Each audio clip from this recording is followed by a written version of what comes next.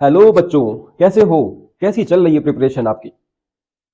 आज हम स्टार्ट करने वाले हैं D and F block element, जो कि चैप्टर नंबर 4 है केमिस्ट्री का। और आज जो है डे 5 है, मतलब एक चैप्टर हम पीछे चल रहे हैं। कोई बात नहीं, मैक्सिमम कवर हो जाएगा, मैक्सिमम कवर करने की कोशिश करूंगा। चलिए स्टार्ट करते हैं। नया जोश, नई उमंग और नई तरंग के साथ में D and F block element. और एक चीज और बता दूं आपको, जितना मैं बता दूंगा, जो पॉइंट्स मैं आपको लिख लिख के बताऊंगा, आप ध्यान रखिएगा, वो पॉइंट्स नहीं है, वो क्वेश्चंस हैं। और वही क्वेश्चन आपके एग्जाम में आने वाले हैं। उसके बियॉन्ड एक भी क्वेश्चन आपके एग्जाम्स में नहीं आएगा। मैं बात कर रहा हूं बोर्ड एग्जाम की अभी। ठीक है, तो चलिए अब देखो, पीरियोडिक टेबल आपने पढ़ी है। पीरियोडिक टेबल में जब हम देखते हैं, सेंटर में एक तरफ एस ब्लॉक एलिमेंट है, साइड में लेफ्ट हैंड साइड में, राइट हैंड साइड में पी ब्लॉक एलिमेंट है। सेंटर में जो एलिमेंट्स है, लगभग 40 एलिमेंट्स, 40 ही है, उनको हम बोलते हैं डी ब्लॉक एलिमेंट्स या transition metals. Most of the elements of D block are transition metals. अब उनको ट्रांजिशन मेटल्स क्यों कहते हैं? क्योंकि उनका जो डी शेल है वो इनकम्प्लीटली फिल्ड होता है, उसमें डी डी ट्रांजिशन पॉसिबल है। ठीक, तो जिसमें D1 से लेकर के D9 तक इलेक्ट्रॉन है, वो सारे डी ब्लॉक एलिमेंट है। जहां पे D10 हो जाएगा या D0 हो जाएगा, वो नॉन ट्रांजिशन मेटल्स होंगे, लेकिन डी ब्लॉक एलिमेंट्स होंगे। ठीक, पहला पॉइंट सुन लिया। ये क्वेश्चन है, most of the D block elements are transition metals because they are having incompletely filled D shell. D1 से D9 तक जितने भी एलिमेंट्स हैं, they are the transition metals. जहां पे D0 आ जाएगा, जहां पे जिनका इलेक्ट्रॉनिक कॉन्फ़िगरेशन D10 होगा, वो डी ब्लॉक एलिमेंट तो हैं, लेकिन ट्रांजिशन मेटल्स नहीं है, क्योंकि उसमें डी ट्रांजिशन पॉसिबल नहीं होता है। ठीक, तो पीरियोडिक टेबल में डी ब्लॉक है सेंटर में। कहां से कहां तक होता है? ग्रुप नंबर 3 से लेकर के ग्रुप नंबर 12 तक। ठीक, group number 3 to group number 12 they are called as the D block element. F block element कौन सा है? एफ ब्लॉक देखो, ग्रुप नंबर 3, और उसका जो पीरियड होता है 6 एंड 7। अब एफ ब्लॉक एलिमेंट्स को हम 2 पार्ट्स में डिवाइड कर लेते हैं। One is the lanthanoid and second one is the actinoid. ठीक, तो एफ ब्लॉक की हम बात बाद में करेंगे। सबसे पहले स्टार्ट करेंगे डी ब्लॉक एलिमेंट। जब डी ब्लॉक कंप्लीटली फिनिश कर लेंगे, after that will move to F block element. ठीक, तो डी ब्लॉक एलिमेंट को हम डी ब्लॉक एलिमेंट्स को भी हम डिवाइड करते हैं 3 पार्ट्स में।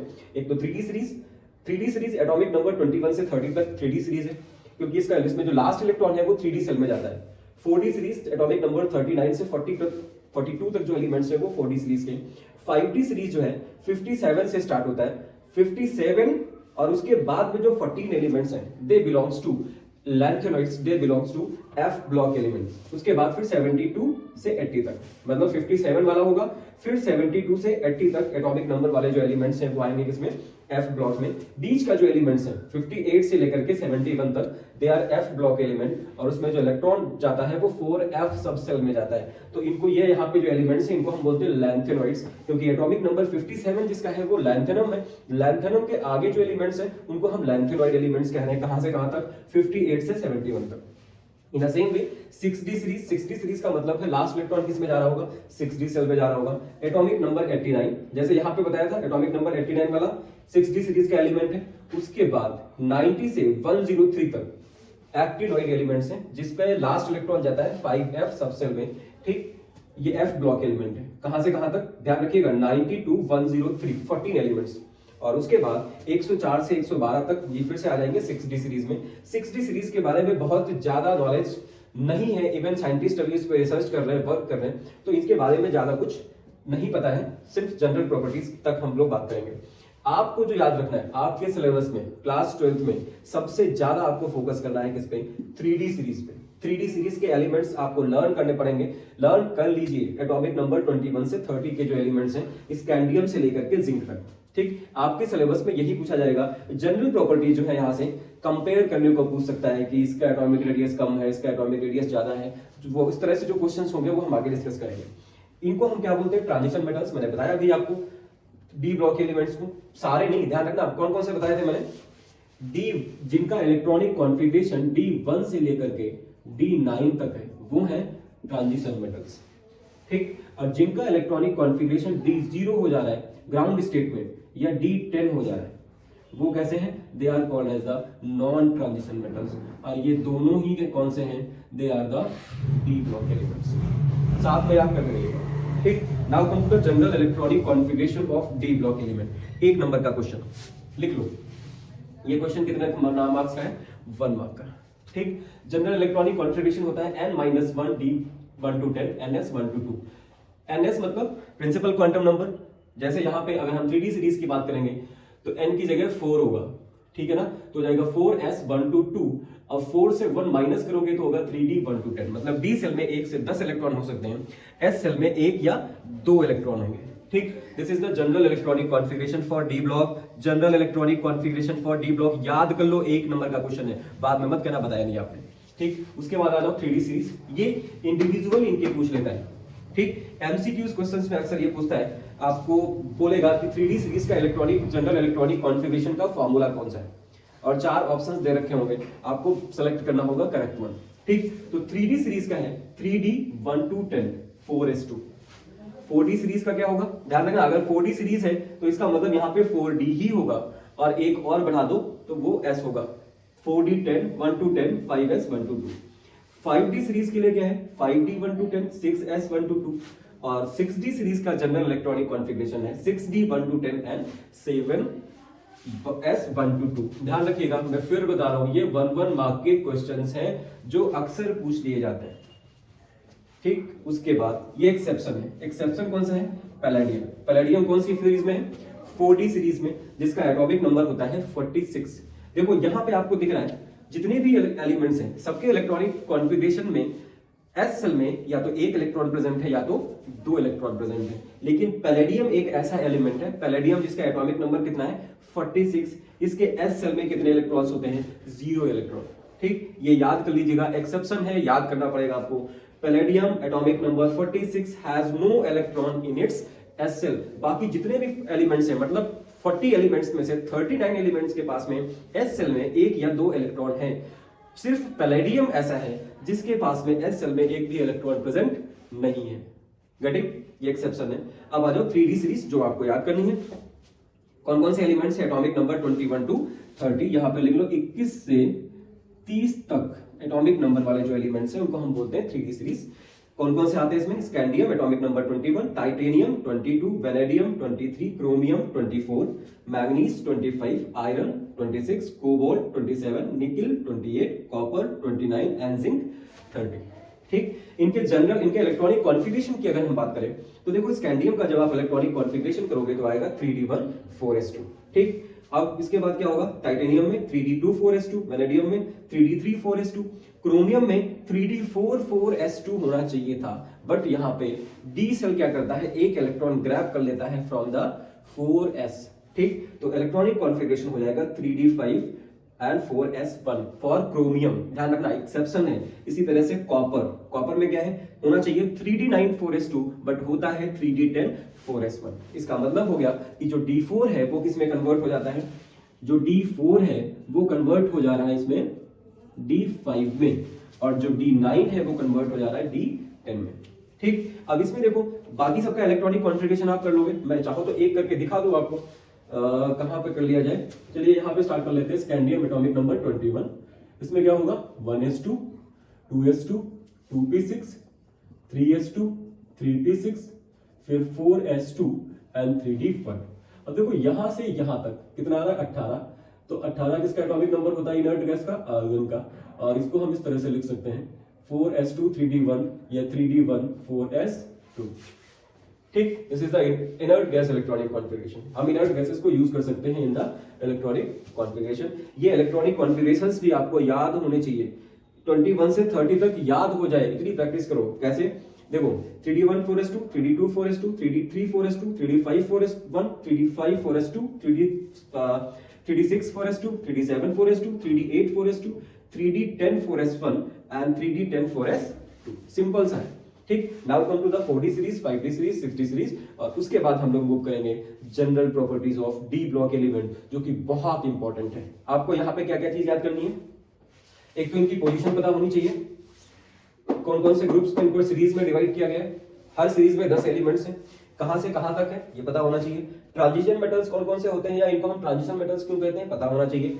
ये जो इलेक्ट्रॉनिक कॉन्फ़िगरेशंस आपको बताए गए पता होना चाहिए, और उसके बाद ये जो 3D सीरीज है ये आपको याद होनी चाहिए। ये एक्सेप्शन है, सिंपल सी बात है, 2-4 बार पढ़ोगे या वीडियो देखोगे तो याद हो जाएगा। Come to the 4D series. 4D series में क्या है, last electron goes to 4D shell, इसको हम सेकेंड ट्रांजिशन सीरीज भी कहते हैं। ठीक, इसमें कौन कौन से हैं एलिमेंट, यट्रियम से स्टार्ट होता है और कैडमियम तक। एटॉमिक नंबर 39 से 48 तक के जो एलिमेंट्स हैं वो आते हैं सेकंड ट्रांजिशन सीरीज में या 4D सीरीज में। ठीक, अब देखो इस पे क्या हुआ है, मैंने कुछ ये ब्लॉक्स बना रखे हैं, मतलब इनको बंद कर रखा है बॉक्सेस में इलेक्ट्रॉनिक कॉन्फ़िगरेशंस को। These are the exceptional electronic configurations, मतलब ऐसे एलिमेंट्स जो इलेक्ट्रॉनिक कॉन्फ़िगरेशन में एक्सेप्शन करते हैं। देखो जैसे यहां से स्टार्ट करते हैं यट्रियम से, तो एटॉमिक नंबर 39 है, इलेक्ट्रॉनिक कॉन्फ़िगरेशन होना चाहिए, स्टार्ट होना चाहिए जहां से 4d1 5s2, यही तो होगा। जैसे 3D सीरीज में स्टार्ट हो रहा था 3d1 4s2, यहां पे हो जाएगा 4d1 5s2, इसका इसी तरह से होगा 4d2 5s2। बट जैसे आप NB के पास में आओगे जिसका एटॉमिक नंबर 41 है, इसका इलेक्ट्रॉनिक कॉन्फ़िगरेशन होगा 4d4 5s1। ध्यान रखिएगा क्या होगा, 4d4 5s1। ठीक, इससे पहले वाली सीरीज में आपने पढ़ा था कि 3D अगर 4 आता है D के पास में तो D4 से D5 हो जा रहा था, यहाँ पे D3 होना चाहिए था, डायरेक्टली किसमें हो गया, D4 में हो गया। तो ये एक्सेप्शनल इलेक्ट्रॉनिक कॉन्फ़िगरेशंस हैं जो कि आपको याद कर लेने चाहिए, ये आपसे पूछ सकता है। ठीक, फिर मॉलिब्डेनम में देखिए इलेक्ट्रॉनिक कॉन्फ़िगरेशन हो जाएगा 4d5 and 5s1। Ru ruthenium का देखिए 4d7 5s1, rhodium 4d8 5s1। ठीक, palladium 4d10 5s0। Exceptional properties मैंने बताया था कि इसके पास, पैलेडियम के पास s सेल में एक भी इलेक्ट्रॉन प्रेजेंट नहीं होता है। आप इलेक्ट्रॉनिक कॉन्फ़िगरेशन देखो क्या है, 4d10 and 5s0। सिल्वर का होता है 4d10 and 5s1, और कैडमियम तो आपको पता है हो जाएगा 4d10 and 5s2। ठीक, और आपको एक चीज मैंने बताई अभी कि ऐसे एलिमेंट्स जिनके पास d10 होता है, जिसके डी सेल में 10 इलेक्ट्रॉन होते हैं, वो कैसा होता है, उसको हम बोलते हैं नॉन ट्रांजिशन मेटल। यहाँ पे देखो इसके पास भी है, इसके पास भी है, और ये दोनों ही क्या होंगे, ट्रांजिशन मेटल्स होंगे, क्योंकि ग्राउंड स्टेट में इनके पास इलेक्ट्रॉन्स होंगे, मतलब जो सेल होगी वो इनकम्प्लीटली फिल्ड होगी। ठीक, कैडमियम, ये जो Zn Cd and Hg, zinc, cadmium और मरकरी, ये जो तीनों एलिमेंट्स हैं इनका D10 ग्राउंड स्टेट में कंप्लीटली फिल्ड है, जिसकी वजह से ये क्या करते हैं, डी ट्रांजिशन शो नहीं करते हैं, और उनको हम बोलते हैं नॉन ट्रांजिशन मेटल्स। ठीक, come to the 5D series, start होता है लैंथेनम से, बीच के जो एलिमेंट्स है वो चले जाते हैं 4f या f ब्लॉक में और जाता है 80 तक। ठीक, इसमें सिर्फ दो ही एक्सेप्शन है, 5d9 6s1 प्लैटिनम का, गोल्ड का 5d10 एंड 6s1। मरकरी का आपको पता है हो जाएगा 5d10 एंड 6s2। इन पे बहुत ज्यादा इनको, मतलब सारे एलिमेंट्स के एटॉमिक नंबर्स को, एलिमेंट्स को याद नहीं करना है, जो एक्सेप्शनल है वो याद कर लो, इतने में आपका काम चल जाएगा। सबसे ज्यादा फोकस करना है 3D सीरीज में, क्योंकि 3D सीरीज ही आपके सिलेबस में है। यहाँ पे मैं सिर्फ इलेक्ट्रॉनिक कॉन्फ़िगरेशन की बात कर रहा हूँ, बाकी आगे इन एलिमेंट्स की कोई जरूरत हमें खास नहीं पड़ेगी, कहीं कुछ क्वेश्चंस में हो सकता है जरूरत पड़ जाए, बाकी जरूरत नहीं होगी। ठीक है, 6D सीरीज ये स्टार्ट होता है फ्रॉम 89, और उसके बाद बीच के जो एलिमेंट्स है वो चले जाते हैं 5f सेल में, या बोले तो एक्टिनोइड्स में। ठीक, उसके बाद 104 से 112 तक के जो एलिमेंट्स है वो 6D सीरीज में आते हैं, या बोले तो फोर्थ ट्रांजिशन सीरीज में आते हैं। इसकी ज्यादा प्रॉपर्टीज के बारे में पता अभी तक नहीं है, अंडर प्रोसेस है। ठीक है, इसके बाद हम लोग मूव करेंगे कहां पे, general properties of 3D series, जो कि बहुत इंपॉर्टेंट है, और यहीं से आपके एग्जाम्स में क्वेश्चन गिरेंगे आके, और आप संभल नहीं पाओगे अगर ये तैयार करके नहीं जाओगे। Come to the general trend in 3D series. D block element में 3D सीरीज आपके सिलेबस में है। 3D सीरीज में general trend in periodic properties क्या मिलेगा, उसकी बात करने वाले हैं हम। और एक बात कान खुल के सुन लो कि मैंने जो ये पॉइंट्स लिख रखे, ये पॉइंट्स नहीं है, दीज आर द क्वेश्चंस, और यही क्वेश्चन आपके एग्जाम में एटम बम की तरह गिरने वाले हैं।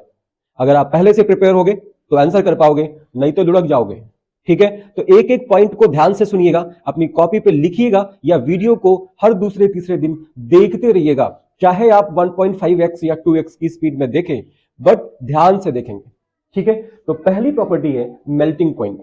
मेल्टिंग पॉइंट ये तो पता है आपको, मेल्टिंग पॉइंट क्या होता है। अब अगर हम डी ब्लॉक एलिमेंट की बात करें तो D block elements are quite hard and have high melting point. ये क्वेश्चन आपसे पूछेगा कि जो ट्रांजिशन मेटल्स हैं, जो डी ब्लॉक एलिमेंट्स हैं, उनके मेल्टिंग पॉइंट्स बहुत ज्यादा क्यों होते हैं, मेल्टिंग पॉइंट्स हाई क्यों होते हैं। ठीक है, रीजन क्या है, because of strong metallic bonding. ये आंसर लिख लो, किसकी वजह से, मेटेलिक बॉन्डिंग की वजह से। मेटेलिक बॉन्डिंग क्या होती है, due to the involvement of ns electrons and n-1d electrons. या ऐसे बोले तो ns electron and d electrons of the 3d series या 4d सीरीज या 5d सीरीज, सारे electrons metal to metal bond formation में इन्वॉल्व होते हैं, जिसकी वजह से इनके मेल्टिंग पॉइंट्स हाई हो जाते हैं। ठीक, तो आपने लिखा मेल्टिंग पॉइंट में 3d series elements are quite hard and have high melting point. Reason क्या है? Because of strong metallic bonding. अगर आपसे पूछता है कि इनमें स्ट्रॉन्ग मेटेलिक बॉन्डिंग क्यों मिलती है ना, तो क्या हो जाएगा? रीजन हो जाएगा due to the involvement of both ns and n-1d electrons. Getting? आगे देखिए, along each transition series they tend to increase with increase in the number of unpaired electrons। मतलब जब हम सीरीज में 3d सीरीज में 4d series में 5d series में left to right move करेंगे तो क्या होगा? They tends to increase, melting point बढ़ते हैं। कैसे बढ़ते हैं? जैसे जैसे नंबर ऑफ अनपेयर्ड इलेक्ट्रॉन्स बढ़ते हैं, और अनपेयर्ड इलेक्ट्रॉन आपको पता है d1 से d5 तक बढ़ेंगे और उसके बाद कम होने लगेंगे। तो इसका मतलब d5 तक बढ़ना चाहिए और उसके बाद कम होना चाहिए। ठीक, और एक चीज और आपको मालूम चल गई होगी कि जो मेटेलिक बॉन्डिंग है वो किस पे डिपेंड कर रही है? नंबर ऑफ अनपेयर्ड इलेक्ट्रॉन्स पे डिपेंड कर रही है। सारे पॉइंट्स कान खोल के सुनिएगा। Metallic bonding depends on the number of unpaired electrons. इसका मतलब वो मेटल जिसके पास नंबर ऑफ अनपेयर्ड इलेक्ट्रॉन्स सबसे ज्यादा होंगे उसमें मेटेलिक बॉन्डिंग सबसे ज्यादा होगी, उसका मेल्टिंग पॉइंट सबसे ज्यादा होगा। ठीक, लेकिन यहां पे देखिए manganese and technetium, manganese 3d series का एलिमेंट है, इलेक्ट्रॉनिक कॉन्फ़िगरेशन है 3d5 एंड 4s2, और टेक्नीशियम 4d सीरीज का एलिमेंट है, इलेक्ट्रॉनिक कॉन्फ़िगरेशन है 4d5 एंड 5s2। दोनों के पास 5-5 अनपेयर्ड इलेक्ट्रॉन्स हैं। उसके बावजूद क्या है? d5 कॉन्फ़िगरेशन होने के बावजूद हैव लोअर मेल्टिंग पॉइंट, इनका मेल्टिंग पॉइंट कम हो जाता है। क्यों कम हो जाता है? Due to the stable half filled electronic configuration in its ground state. Ground state में ये d5 इलेक्ट्रॉनिक कॉन्फ़िगरेशन है, इनका हाफ फील्ड है। हाफ फील्ड होने की वजह से जो d इलेक्ट्रॉन्स हैं वो लेस एक्सटेंट में, मतलब कम इन्वॉल्व होते हैं इन द मेटेलिक बॉन्डिंग, और जिसकी वजह से इनका मेल्टिंग पॉइंट कम होता है। ये क्वेश्चन लिख लो, ये क्वेश्चन है कि मैग्नीशियम और टेक्नीशियम के मेल्टिंग पॉइंट कम क्यों हो जाते हैं इन spite of having d5 electronic configuration. क्या बताओगे रीजन? रीजन बताओगे कि ये हाफ फील्ड है इन its ground state, d5 electronic configuration है, हाफ फील्ड है। हाफ फील्ड होने की वजह से स्टेबल है, स्टेबल होने की वजह से जो मेटेलिक बॉन्डिंग है वो वीक हो जाएगी, या जो इलेक्ट्रॉन्स है वो मेटेलिक बॉन्डिंग में पार्टिसिपेट करेंगे to the lesser extent. Getting? समझ में आ रहा? उसके बाद देखो, alkali metals and alkaline earth metals have lower melting point as compare to the transition metals. क्यों? क्योंकि उनके पास डी सेल तो है नहीं, हाफ फील्ड या पार्शियली फील्ड है ना, तो उसमें क्या होगा? मेटेलिक बॉन्डिंग वीक हो जाएगी। समझ पाए? मतलब एल्कली मेटल्स कौन से? फर्स्ट ग्रुप के एलिमेंट्स। एल्कलाइन अर्थ मेटल्स कौन से हैं? सेकेंड ग्रुप के एलिमेंट्स। इन दोनों का जो मेल्टिंग पॉइंट होगा वो ट्रांजिशन एलिमेंट्स के मेल्टिंग पॉइंट से कम होगा due to presence of weak metallic bonding. अच्छा, 3d सीरीज में देखो एक एलिमेंट आता है क्रोमियम Cr, उसका मेल्टिंग पॉइंट सबसे ज्यादा है। क्यों? क्योंकि उसका इलेक्ट्रॉनिक कॉन्फ़िगरेशन होता है 3d5 एंड 4s1।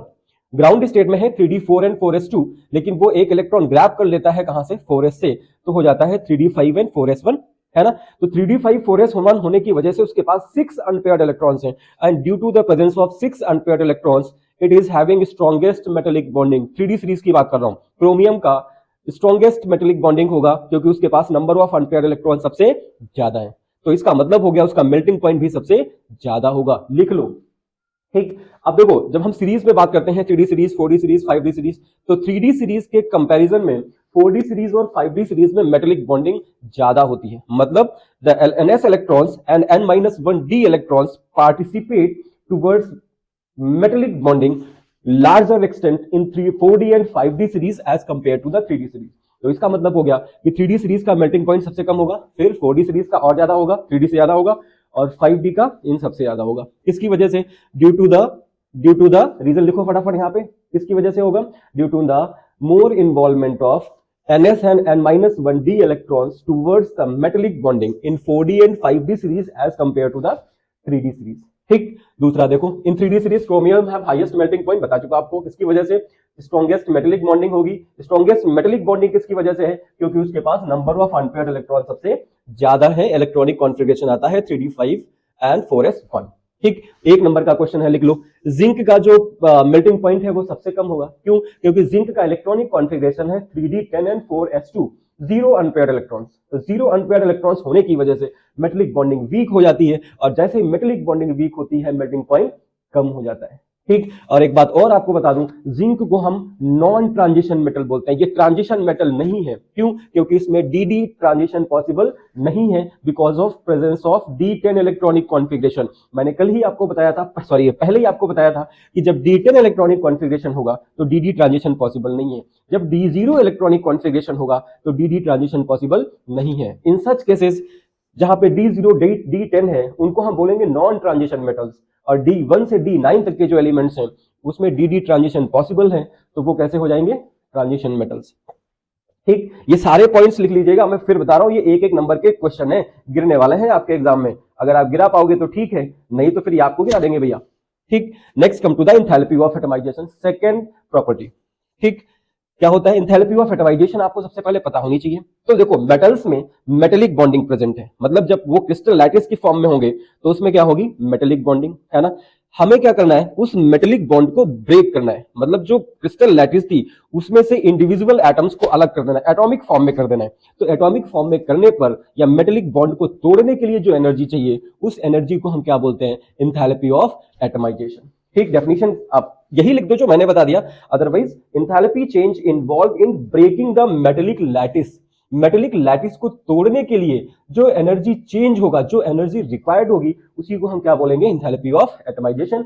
आपने लिखा ट्रांजिशन मेटल्स में high enthalpy of atomization. Transition metals की जो एंथैल्पी ऑफ एटमाइजेशन होती है वो सबसे ज्यादा होती है या हाई होती है। सबसे ज्यादा थोड़ा बोलो, हाई बोलो। ठीक, ध्यान रखना, एक नंबर का क्वेश्चन है और ये जितने भी पॉइंट्स लिखे ये सारे एक एक नंबर के क्वेश्चन है, कोई भी टपक पड़ेगा। ठीक, मैंने पहले ही बताया था कि जितना बता दूंगा बोर्ड की भी दम नहीं है कि इससे ज्यादा पूछ ले। ठीक, तो ध्यान से सुनिएगा, एक भी पॉइंट मिस नहीं होना चाहिए। क्या बताया? Transition metals have high enthalpy of atomisation. ये क्वेश्चन है, आपसे पूछेगा why transition metals have high enthalpy of atomization, तो आप रीजन क्या बताओगे? क्योंकि इनके पास में क्या है? स्ट्रॉन्गेस्ट मेटेलिक बॉन्ड प्रेजेंट है ना। जो मेटेलिक बॉन्ड प्रेजेंट है, तो मेटेलिक बॉन्ड को ब्रेक करने के लिए हमें ज्यादा एनर्जी चाहिए, जिसकी वजह से एंथैल्पी ऑफ एटमाइजेशन है वो हाई हो जाएगा। ठीक, रीजन लिख दीजिए, due to strongest metallic bonding. Definition आपको बताया। अब देखो, enthalpy of atomization decreases along the series. मतलब हो गया कि जब हम 3D सीरीज में मूव करेंगे या 4D सीरीज में मूव करेंगे या 5D सीरीज में मूव करेंगे तो लेफ्ट टू राइट मूव करने पर एंथैल्पी ऑफ एटमाइजेशन कम होती है। ठीक, पहले बढ़ेगी फिर कम होगी। ऐसा क्यों होता है? पिछले वाले पॉइंट से बता दो क्यों होगा भाई? ऐसा इसलिए होगा क्योंकि मेटेलिक बॉन्डिंग वीक होती जाएगी। D5 तक तो बढ़ेगी, क्रोमियम तक के आसपास में बढ़ेगी, फिर कम होने लगेगी क्योंकि नंबर ऑफ अनपेयर्ड इलेक्ट्रॉन्स नहीं होंगे या कम होने लगेंगे। तो due to the presence of less number of unpaired electrons, due to presence of weak metallic bonding, क्योंकि लेफ्ट टू राइट जाने पर मेटेलिक बॉन्डिंग आपने पढ़ा पहले बढ़ती है फिर घटने लगती है, ऐसा इसमें भी होगा। Zinc has lowest enthalpy of atomization. किसकी वजह से? क्योंकि जिंक के पास मेटेलिक बॉन्डिंग सबसे वीक है, सारे इलेक्ट्रॉन्स पेयर्ड हैं। 3D10 4s2 इलेक्ट्रॉनिक कॉन्फ़िगरेशन, एक नंबर का क्वेश्चन है। ठीक, एक नंबर का क्वेश्चन, ये एक नंबर का क्वेश्चन, ये भी आपका 1 मार्क क्वेश्चन। और इस चैप्टर से जितने भी क्वेश्चन आएंगे सारे 1 मार्क के होंगे, सारे। हो सकता है कि जो मेथड ऑफ प्रिपरेशन पूछता है KMnO4 और K2Cr2O7 का, उसमें 2-3 रिएक्शन एक साथ में इन्वॉल्व होती हैं, तो वो 2 नंबर में पूछेगा, अगर पूछेगा तो बाकी सारे 1 नंबर के। ठीक, zinc has lowest enthalpy of atomisation due to D10 electronic configuration या due to absence of number of unpaired electrons या due to weak metallic bonding. ठीक, vanadium have highest enthalpy of atomisation. ये आपको याद रखना पड़ेगा, वेनेडियम का enthalpy of atomisation सबसे ज्यादा है। अगर हम 4D सीरीज और 5D सीरीज की बात करेंगे तो आपने पढ़ा कि 4D सीरीज और 5D सीरीज में मेल्टिंग पॉइंट बढ़ रहे थे, इसकी वजह से मेटेलिक बॉन्डिंग बढ़ रही थी, है ना। तो जब मेटेलिक बॉन्डिंग बढ़ेगी तो उस बॉन्ड को तोड़ने के लिए ज्यादा एनर्जी चाहिए होगी 4D 5D सीरीज में। तो इसका मतलब हो गया कि 4D और 5D सीरीज का जो एंथैल्पी ऑफ एटमाइजेशन होगा वो ज्यादा होगा as compare to the 3D series. एक नंबर का क्वेश्चन है, लिख लो, enthalpy of atomisation of 4D and 5D series is greater than the 3D series. क्यों? किसकी वजह से? क्योंकि due to greater involve magnitude of metallic bonding. Metallic bonding किसमें ज्यादा होगी? 4D और 5D सीरीज में लार्जर एक्सटेंट की होगी as compare to the 3D series. ठीक, मैं फिर बता दूं, ये सारे पॉइंट्स एक एक नंबर के हैं, बाद में मत कहना आपने इंपॉर्टेंट नहीं बताया। ठीक है, और ऐसे ही इंपॉर्टेंट बता सकता हूं मैं, ये नहीं कह सकता कि यही वाला क्वेश्चन आ रहा है। ऐसा जो बता रहा है वो नंबर 1 का बेवकूफ है, क्योंकि 1 नंबर का क्वेश्चन कहीं से भी पूछा जा सकता है। ठीक, आइए next, atomic radius. Atomic radius क्या होता है? It is the distance between the nucleus to the valence shell. Valence shell मतलब outer most shell of an atom, मतलब एटम के न्यूक्लियस से और उसके सबसे जो बाहर की सेल है उसके बीच का जो डिस्टेंस होगा उसको हम बोलते हैं रेडियस ऑफ एन एटम या एटॉमिक रेडियस। ठीक, दूसरा जनरल प्रॉपर्टी आपको बताई गई थी जब आपको पीरियोडिक क्लासिफिकेशन ऑफ एलिमेंट्स पढ़ाया जा रहा था कि लेफ्ट टू राइट जाने पर एटॉमिक रेडियस डिक्रीज करती है। क्यों? क्योंकि force of attraction between nucleus and valence shell बढ़ता है।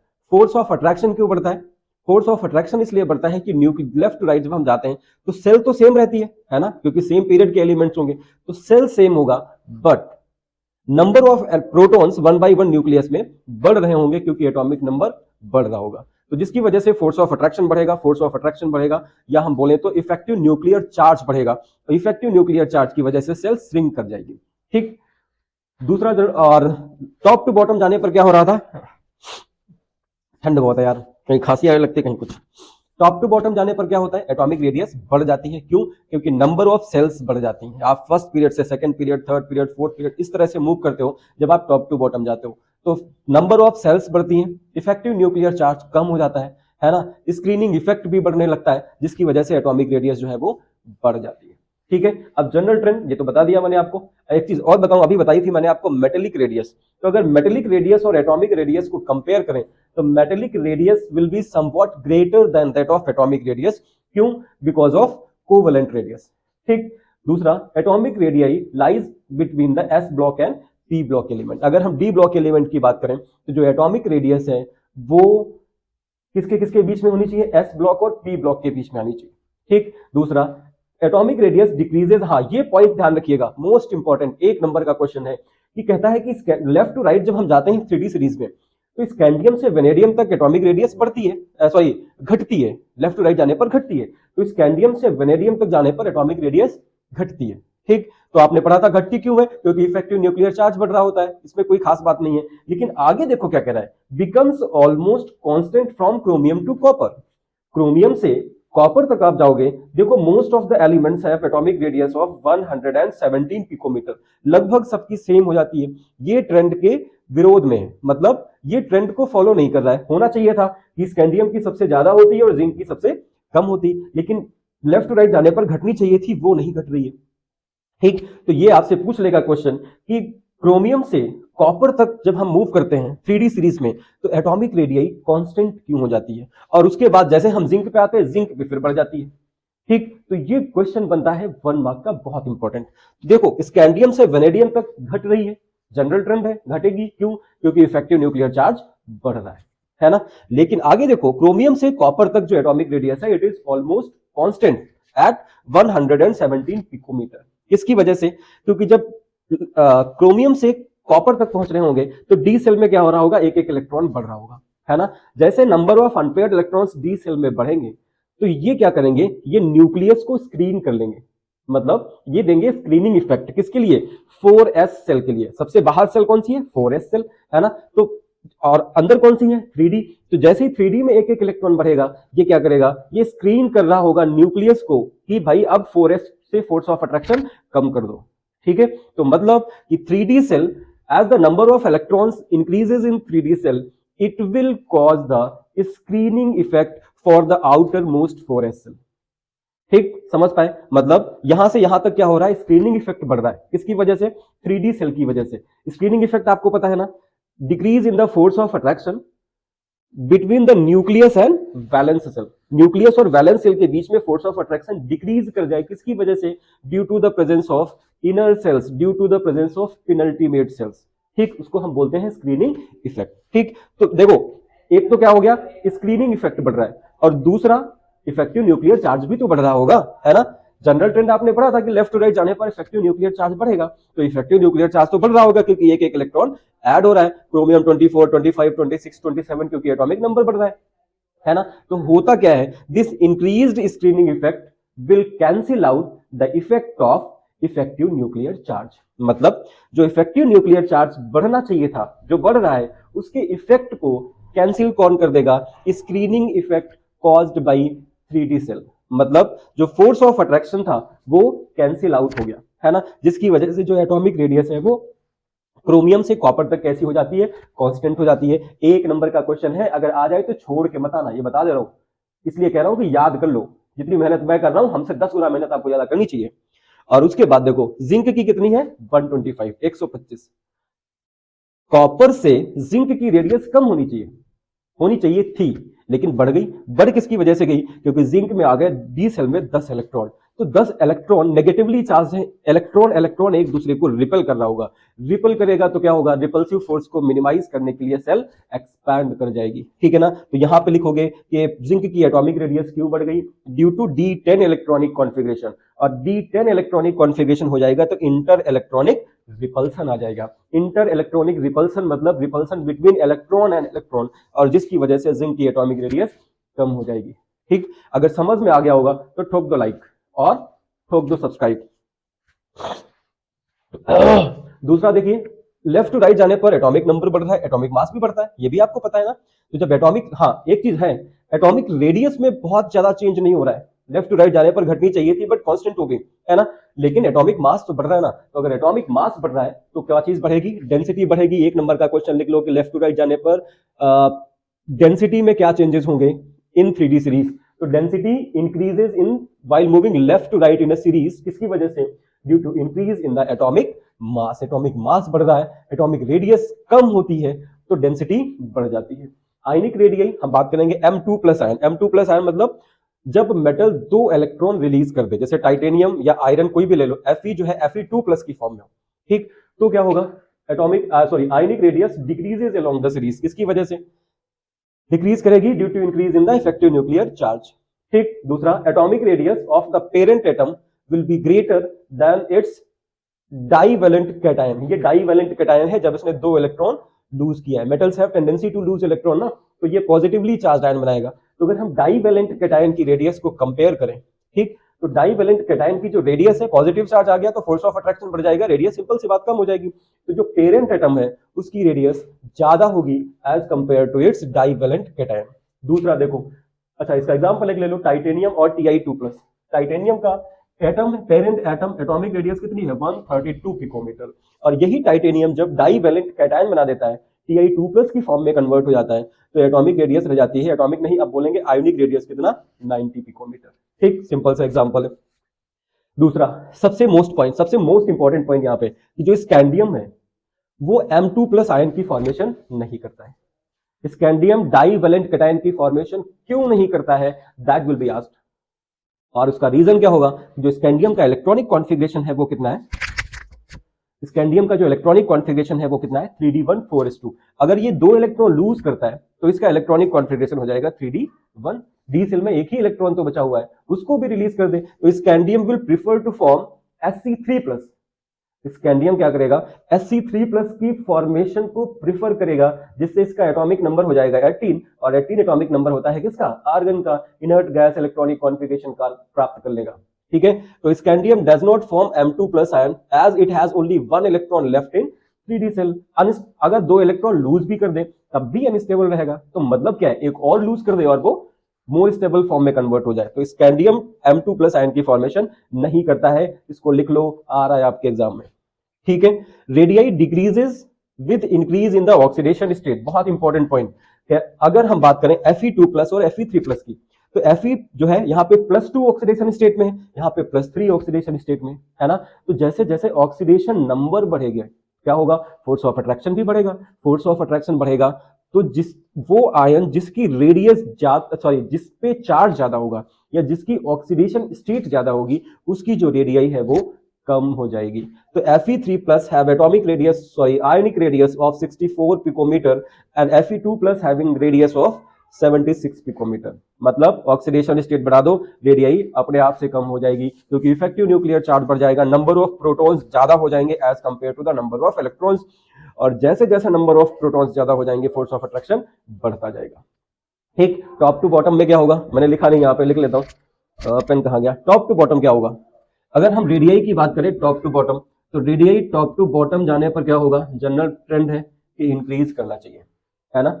जनरल ट्रेंड क्या है? इंक्रीज करना चाहिए। क्यों? क्योंकि टॉप टू बॉटम जाने पर नंबर ऑफ सेल्स बढ़ेंगी और शील्डिंग इफेक्ट भी बढ़ जाएगा। तो शील्डिंग इफेक्ट बढ़ेगा तो न्यूक्लियस और वैलेंस सेल के बीच में फोर्स ऑफ अट्रैक्शन कम हो जाएगा। तो यहां पे लिख सकते हो due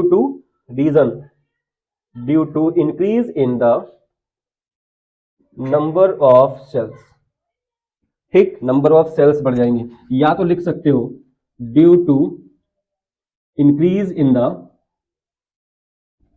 shielding effect, shielding effect बढ़ जाएगा, है ना।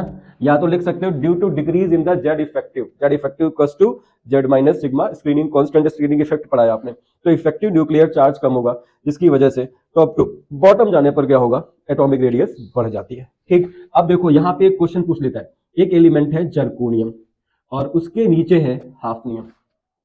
जर्कोनियम कहाँ पे है, 4D सीरीज में, और हाफनियम कहाँ पे है, 5D सीरीज में। ठीक, तो 4D सीरीज के एलिमेंट की जो रेडियस है वो कम होनी चाहिए as compare to the element present in 5D series, क्योंकि टॉप टू बॉटम जाने पर रेडियस बढ़ रही है। लेकिन यहां पे जर्कोनियम और हाफनियम के केस में दोनों की एटॉमिक रेडियस लगभग सेम हो जाती है, लगभग सेम हो जाती है, जबकि हाफनियम की ज्यादा होनी चाहिए थी as compare to the zirconium. ये एक नंबर का क्वेश्चन है, मतलब 1 मार्क और एक नंबर का भी क्वेश्चन है। ठीक, जर्कोनियम और हाफनियम के केस में क्वेश्चन पूछेगा आपसे कि why the radius of hafnium is almost similar to that of zirconium, ये रीजन। तो देखो हाफनियम में जब आओगे तो ये 5D सीरीज का एलिमेंट है। 5D सीरीज में जब आओगे तो यहां पे एक सेल आ जाती है 4f सबसेल। ठीक, यहां पे f सेल इन्वॉल्व नहीं हुआ है, यहां पे f सेल आ गया 4f, और 4f सबसेल क्या करता है, पूवर शील्डिंग इफेक्ट करता है। ठीक, 4f सबसेल क्या करता है, 4f सबसेल करेगा पूवर शील्डिंग इफेक्ट, लिख लीजिएगा, poor shielding effect due to the poor shielding effect caused by the 4f subshell. और इसी 4f सबसेल के पूवर शील्डिंग इफेक्ट को हम कौन सा इफेक्ट बोलते हैं, कौन सा कॉन्ट्रैक्शन बोलते हैं, that is called lanthanoid contraction. ठीक है, अब ये लैंथेनॉइड कॉन्ट्रैक्शन हम लोग लैंथेनॉइड में पढ़ेंगे ब्रॉडली। अभी मैंने आपको सिंपल सा एक नंबर का क्वेश्चन बता दिया। यहां पे क्या लिखोगे, हाफनियम के केस में hafnium have lanthanoid contraction and due to the lanthanoid contraction atomic radius इसकी और इसकी लगभग सेम हो जाएगी, मतलब सेल जो है श्रिंक कर जाएगी in case of hafnium as compare to the zirconium, क्योंकि 4f सबसेल को न्यूक्लियस को गार्ड करना चाहिए था। तो न्यूक्लियस को जब गार्ड करता, स्क्रीन करता, तो न्यूक्लियस और वैलेंस सेल के बीच फोर्स ऑफ अट्रैक्शन कम होता और सेल एक्सपैंड कर जाती। जबकि और किया क्या, 4f ने ऐसा नहीं किया, 4f में पूवर शील्डिंग इफेक्ट हो गया, मतलब उसने गार्ड नहीं किया तो न्यूक्लियस और वैलेंस सेल के बीच में फोर्स ऑफ अट्रैक्शन बढ़ गया, और जब फोर्स ऑफ अट्रैक्शन बढ़ गया तो सेल श्रिंक कर गई। ठीक, इसी को हम बोलेंगे लैंथेनॉइड कॉन्ट्रैक्शन। तो सिंपल अगर कुछ नहीं लिख पाते हो तो सीधे लिख दो ड्यू टू लैंथेनॉइड कॉन्ट्रैक्शन, आपको पूरा एक नंबर मिल जाएगा, है ना। और अगर आपको समझ में आ रहा है, एक एक पॉइंट है, और पॉइंट को पॉइंट मत समझिएगा, आप समझो ये आपका एक नंबर है, ये 6-7 नंबर का जो चैप्टर आता है वो 6-7 नंबर जितना बता दो ना उसी में से आएगा। और अगर समझ में आ गया है तो भाई फट से सब्सक्राइब और लाइक मारो और कमेंट भी करो यार। अब देखो ये जो क्रोमियम है ना, क्रोमियम के पास में हाईएस्ट नेगेटिव रिडक्शन पोटेंशियल है। रिडक्शन पोटेंशियल पता है आपको, अगर रिडक्शन पोटेंशियल मोर नेगेटिव होगा, है ना, इसका मतलब वो स्ट्रॉन्गेस्ट रिड्यूसिंग एजेंट होना चाहिए ना। गेटिंग, ये तो पता है आपको, इलेक्ट्रोकेमिस्ट्री आप पढ़ चुके हो, ठीक है ना। तो कह रहा है कि in spite of its high negative reduction potential is so unreactive due to the formation of coating of Cr2O3। देखो 3D सीरीज में बहुत सारे एलिमेंट्स ऐसे हैं, सारे नहीं मतलब बहुत सारे, जो क्या, वो तो मेटल है, मेटल रिड्यूसिंग एजेंट होना चाहिए, मतलब रिडक्शन पोटेंशियल नेगेटिव होना चाहिए, है ना। तो रिडक्शन पोटेंशियल तो नेगेटिव है, लेकिन उनकी रिएक्टिविटी कम है, they are less reactive, they are simply you can say can not displace hydrogen from its solution. किसकी वजह से, due to the formation of a protective layer, मतलब रिएक्टिव होने की वजह से मेटल के ऊपर क्या हो जाता है, एक प्रोटेक्टिव लेयर की कोटिंग हो जाती है ऑफ मेटल ऑक्साइड, और जो क्या करता है उसको लेस रिएक्टिव बना देता है ना। तो आपने लिखा इन spite of its high negative reduction potential. मैं कोशिश करता हूं कि ये आपको समझ में आए, इसलिए मैं थोड़ा सा एक्सप्लेन ज्यादा कर रहा हूं। इट इज अनरिएक्टिव, कह रहा है कि रिडक्शन पोटेंशियल नेगेटिव होने के बावजूद ये अनरिएक्टिव है या लेस रिएक्टिव है। किसकी वजह से, क्योंकि क्रोमियम अपने ऊपर क्या करता है, Cr2O3 क्रोमियम ऑक्साइड की कोटिंग कर देता है, और कोटिंग करने की वजह से वो अनरिएक्टिव हो जाता है या लेस रिएक्टिव हो जाता है। दूसरा लिखो, it does not liberate hydrogen from the dilute solution, मतलब यहां तक है कि क्रोमियम की अगर हम डाइल्यूट HCl के साथ में रिएक्शन कराएं, आपको पता है मेटल जो हाई रिएक्टिव है किसी भी एसिड सॉल्यूशन के साथ में रिएक्शन करते हैं तो क्या करते हैं, हाइड्रोजन लिबरेट करते हैं, लेकिन ये इतना अनरिएक्टिव हो जाता है कि हाइड्रोजन गैस लिबरेट नहीं कर सकता। किसकी वजह से, due to the formation of coating of Cr2O3। लिख लो, इंपॉर्टेंट है इसलिए बता रहा हूं चिल्ला चिल्ला के, next come to the variable oxidation states. पहला क्वेश्चन तो यही पूछता है कि जो ट्रांजिशन मेटल्स हैं वो वेरिएबल ऑक्सीडेशन स्टेट्स क्यों शो करते हैं।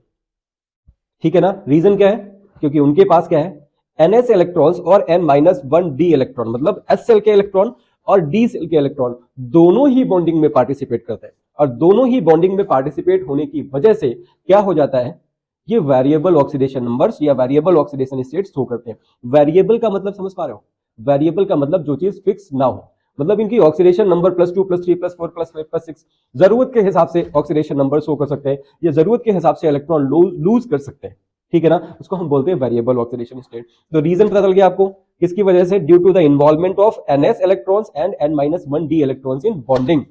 अब आपसे अगर फिर से क्वेश्चन कर दे कि ns इलेक्ट्रॉन तो इन्वॉल्व हो सकते, आउटर मोस्ट सेल है, n-1d इलेक्ट्रॉन बॉन्डिंग में कैसे इन्वॉल्व हो सकता है, तो आप बताओगे due to very lesser difference in the energies of ns electrons and n-1d electrons. मतलब ns और n-1d सेल के बीच में जो एनर्जी का डिफरेंस है वो बहुत कम होता है, बहुत मिनिमम होता है, इसकी वजह से n-1d इलेक्ट्रॉन्स भी बॉन्ड की फॉर्मेशन में पार्टिसिपेट कर सकते हैं।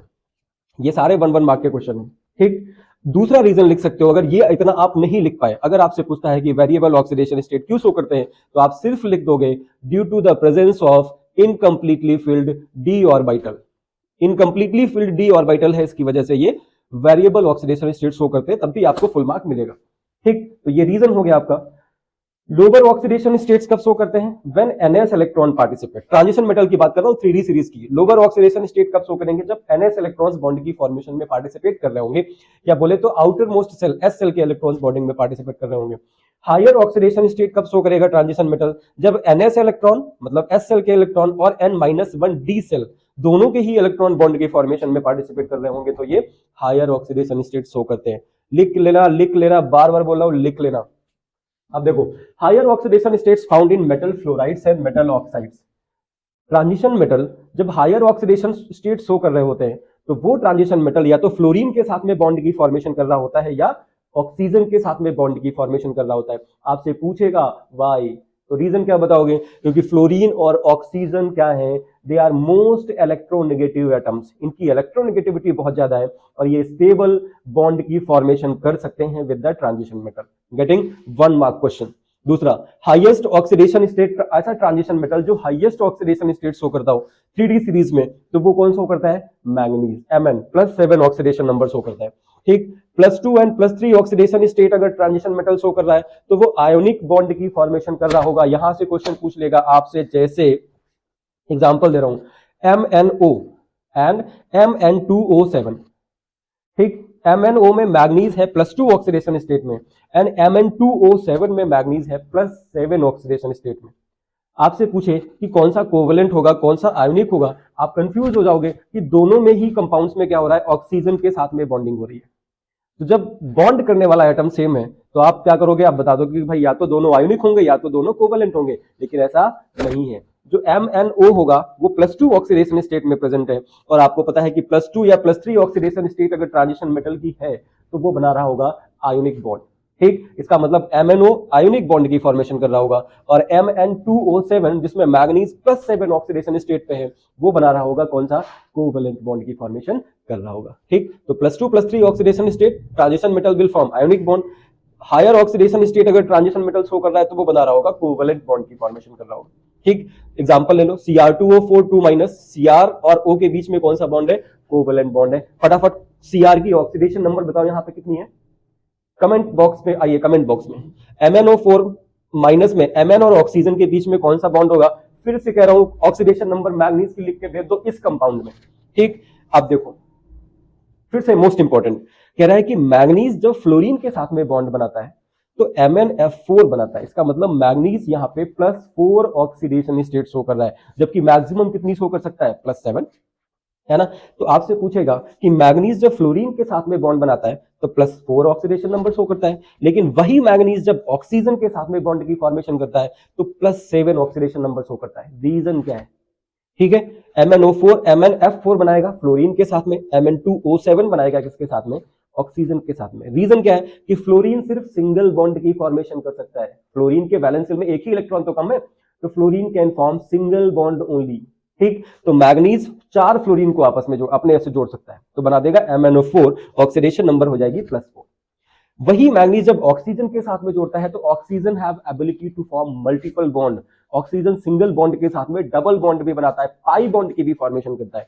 तो oxygen due to having tendency to form multiple bond, ठीक है, मैग्नीज ऑक्सीजन के साथ में बनाता है Mn2O7 और +7 ऑक्सीडेशन नंबर शो करता है। लिख लिया, छूटना नहीं चाहिए, गिरेगा अगर एग्जाम में तो लिख के आना है। ठीक, समझ में आया ये? सब्सक्राइब मारो फटाफट अच्छा इसी बात पे। अब देखो कॉपर कहता है, कॉपर के केस में कहता है कॉपर सिर्फ +1 ऑक्सीडेशन स्टेट शो करता है, +2 भी शो कर सकता है एक्वस मीडियम में, +2 भी शो करता है due to the disproportionation reaction.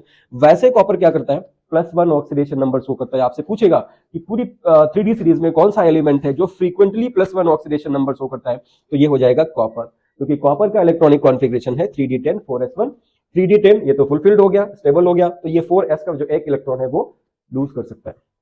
ठीक, जिंक वेरिएबल ऑक्सीडेशन नंबर नहीं शो करता है, मैंने यहां पे नहीं लिखा है, आप लिख लो, zinc variable oxidation number show नहीं करता है। जिंक सिर्फ +2 ऑक्सीडेशन नंबर शो करता है। किसकी वजह से? Due to fulfilled 3d10 electronic configuration. आपसे क्वेश्चन पूछेगा कि zinc variable oxidation number show क्यों नहीं करता है, या जिंक सिर्फ +2 क्यों शो करता है, तो आप लिखोगे D10 इलेक्ट्रॉनिक कॉन्फ़िगरेशन होने की वजह से, क्योंकि D10 होने पे फुलफिल्ड हो जाएगा और एटम कैसा हो जाएगा, स्टेबल हो जाएगा, या मॉलिक्यूल जब +2 ऑक्सीडेशन स्टेट पे होगा तो स्टेबल होगा। ठीक, दूसरा मेटल कार्बोनिल्स। मेटल कार्बोनिल्स क्या होते हैं? जब मेटल कार्बोनिल ग्रुप के साथ में बॉन्ड की फॉर्मेशन करते हैं, ऐसे कॉम्प्लेक्सेस को हम मेटल कार्बोनिल्स बोलते हैं। तो ये ट्रांजिशन मेटल जब मेटल कार्बोनिल के साथ में बॉन्ड बनाते हैं तो 0 ऑक्सीडेशन नंबर शो करते हैं। जैसे NiCO का होल 4, ये टेट्रा कार्बोनिल निकिल है, इसमें निकिल की ऑक्सीडेशन नंबर कितनी होगी? 0। FeCO का होल 5 में आयरन कितना होगा? 0 होगा। ठीक, ट्रांजिशन मेटल 0 ऑक्सीडेशन स्टेट, कब? With metal carbonyls. स्कैंडियम कितनी शो करता है? स्कैंडियम शो करता है +3 ऑक्सीडेशन नंबर। किसकी वजह से? क्योंकि जब वो +3 ऑक्सीडेशन नंबर पे होगा तो इसका इलेक्ट्रॉनिक कॉन्फ़िगरेशन कितना हो जाएगा? 3p6, है ना, जिसकी वजह से इसकी स्टेबिलिटी बढ़ जाएगी। ठीक है ना, एटॉमिक नंबर हो जाएगा 18, that will be similar to the argon. Getting? इतना समझ में आया? फटाफट सब्सक्राइब मारो।